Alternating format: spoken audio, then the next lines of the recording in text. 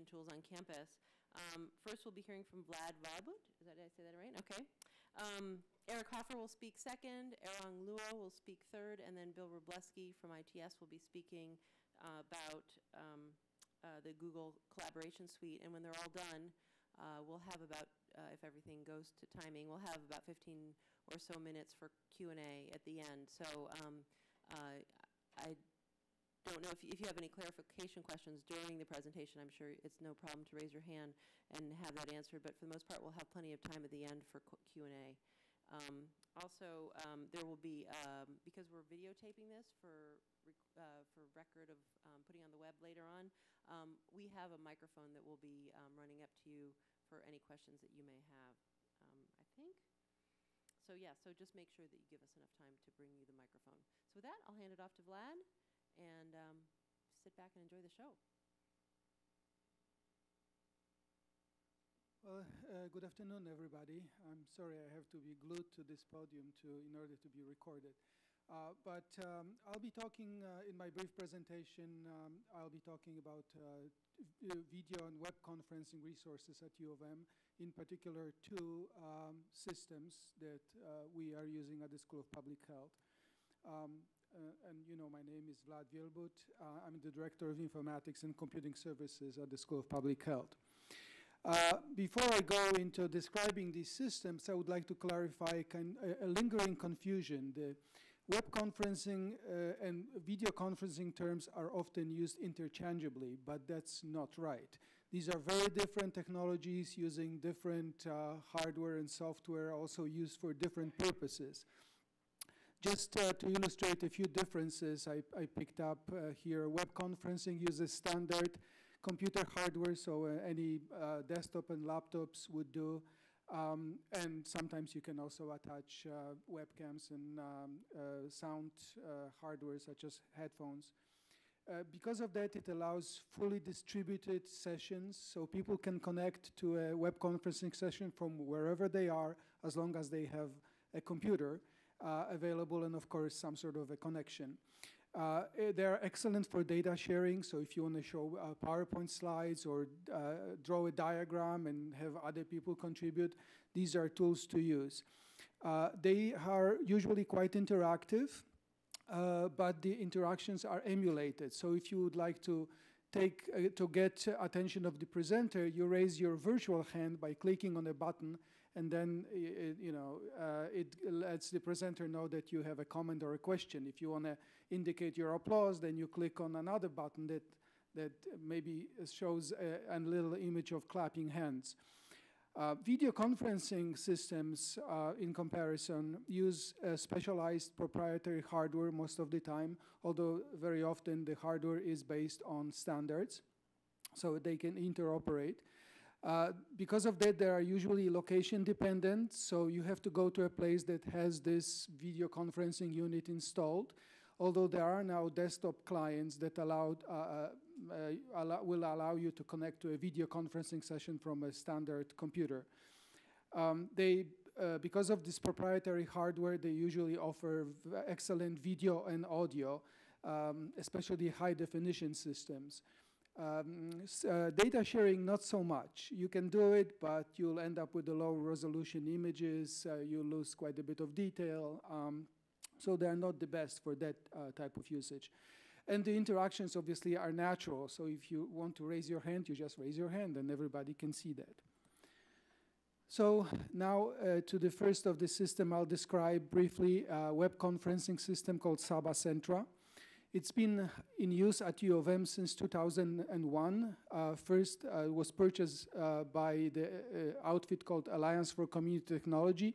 Some of you may remember it. Run out of the School of Information. And initially, it was brought to support two experiments. One was in distance learning. This was a course taught from the School of Information called Globalization and the Information Society. Students in this course came from 4 universities, 2 in the United States and 2 in South Africa. At the beginning of last decade, the connectivity in South Africa was not that great, but still we pulled it off.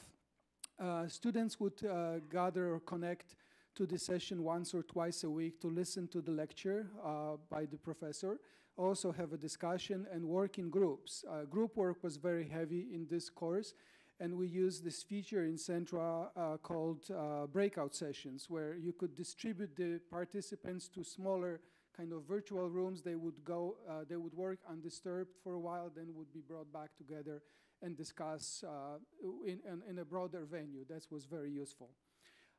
Another experiment that this system was used for was called International AIDS Research Collaboratory. That was again run from the School of Information. There was a research collaboration involving the Massachusetts General Hospital, Harvard Medical School, and clinics in South Africa and Botswana. And we were the providers of technology for this collaboratory. We also studied it from the School of Information. The researchers would gather again once a week or sometimes more often to discuss their findings, to plan for next run of experiments and so on. Eventually, the Harvard Medical School got their own licenses of Centra, so they no longer had to rely on us providing the technology. Since a picture is worth 1,000 words and video maybe twice as much, rather than describe the system to you, I'll show you a brief, very brief demo.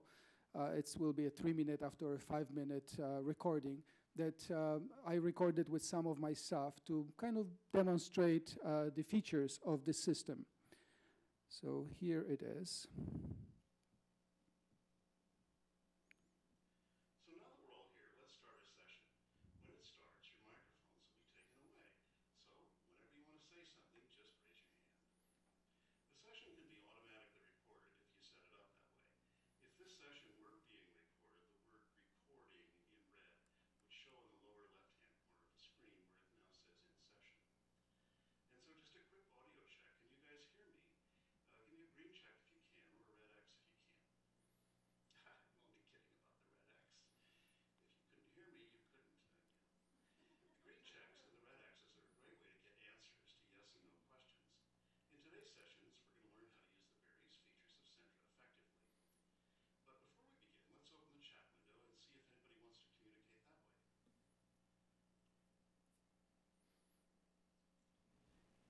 In Centra, you can show a variety of content, including PowerPoint slides, which are, of course, the most common visuals.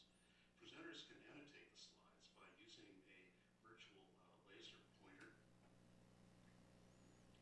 And you can make little images on the screen as you like, or you can make check marks, or if you like, you can do highlighting, and otherwise use all of these tools that are in this bar here. And it's a great way of keeping the audience's attention, which is always a challenge when people are out of sight. Centra has multi-point video capability. I'm going to start my video. And there's a picture of me right there. And we can have up to 4 video images side by side, of course, only if the other participants have webcams. So I'm going to turn on Vic.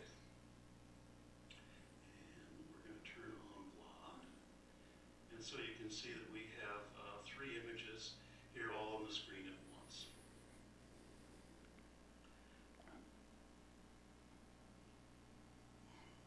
Vlad, I see your hands up. Do you have a question or comment? Let me give you a microphone.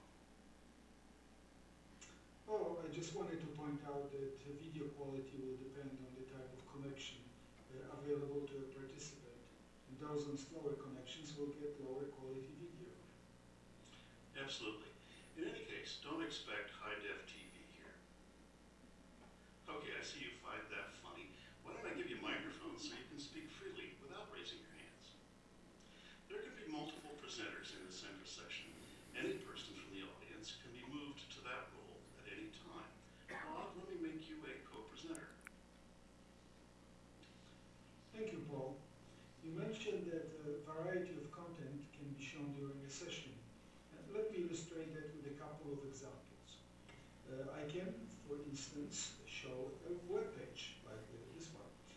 Or I can open a blank sheet or whiteboard to draw images or type text, like drawing a simple diagrams, for example. I can also allow allow audience members to draw or type on the page as well.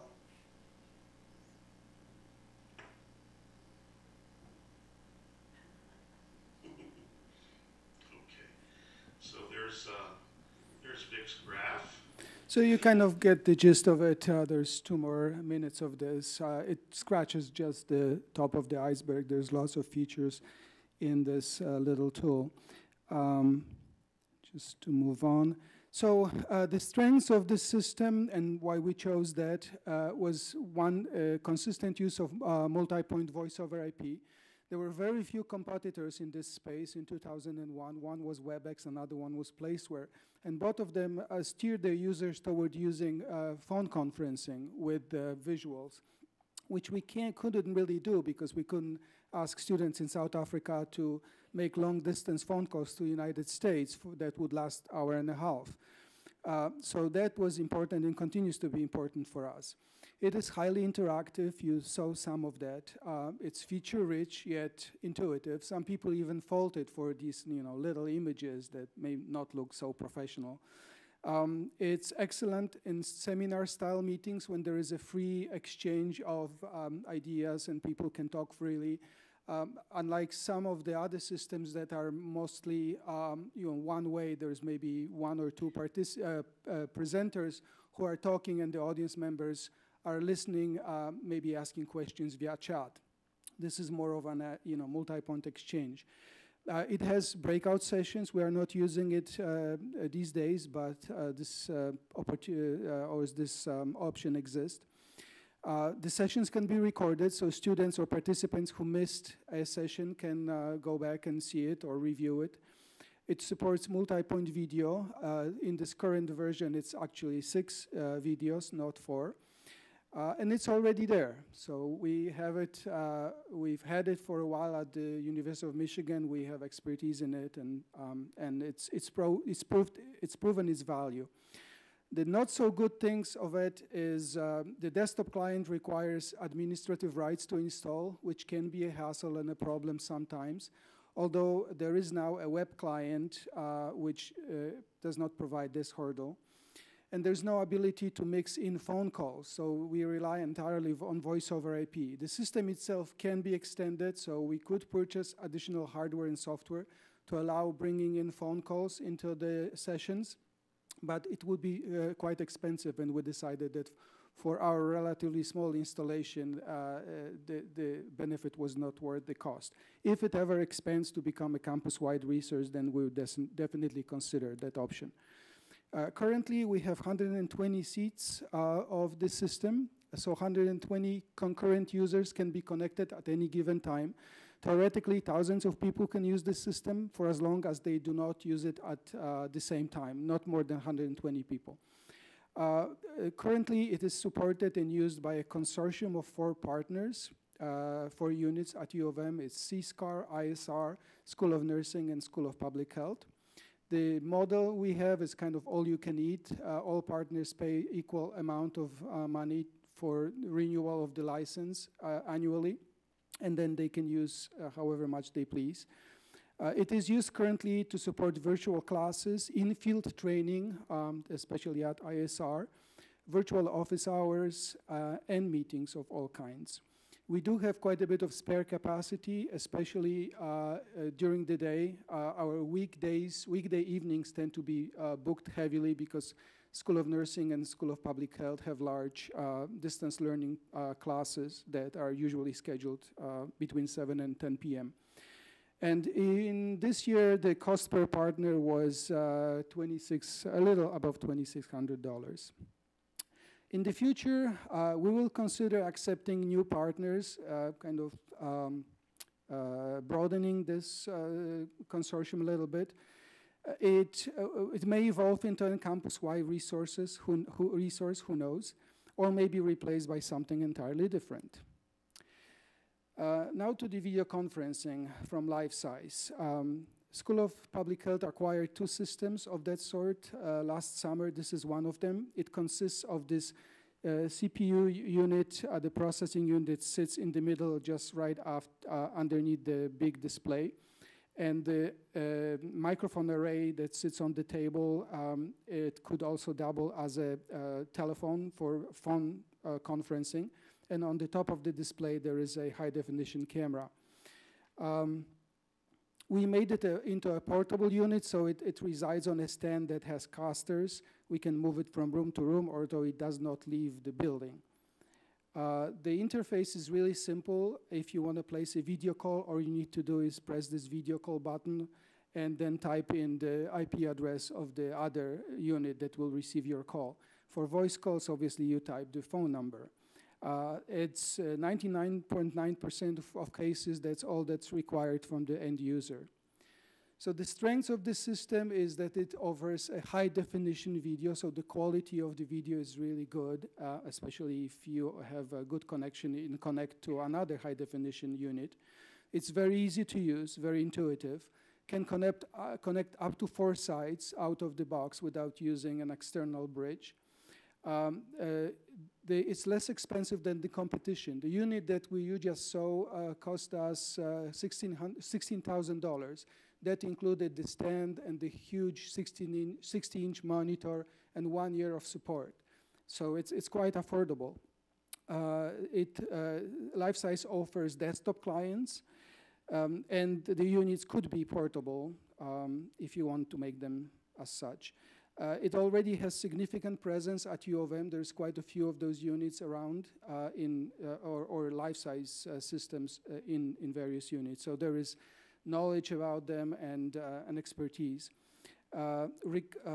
It can connect to legacy systems, so all older standard definition H323 systems will connect to life-size, although obviously the quality of the video will not be as great.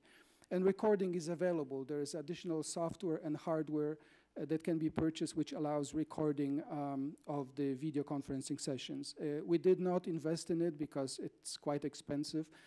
And again, for our own use, that would be an overkill. But again, if this would be an opportunity for another partnership and sharing of a resource like this across multiple units. Not so good things about it. It's not great at sharing data. I mentioned it. It applies to all video conferencing, actually.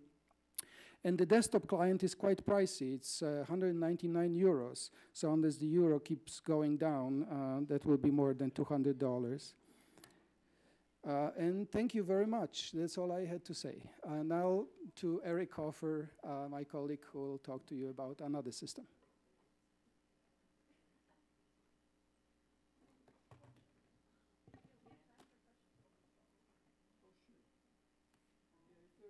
As we are swapping, if there are any questions, feel free to ask.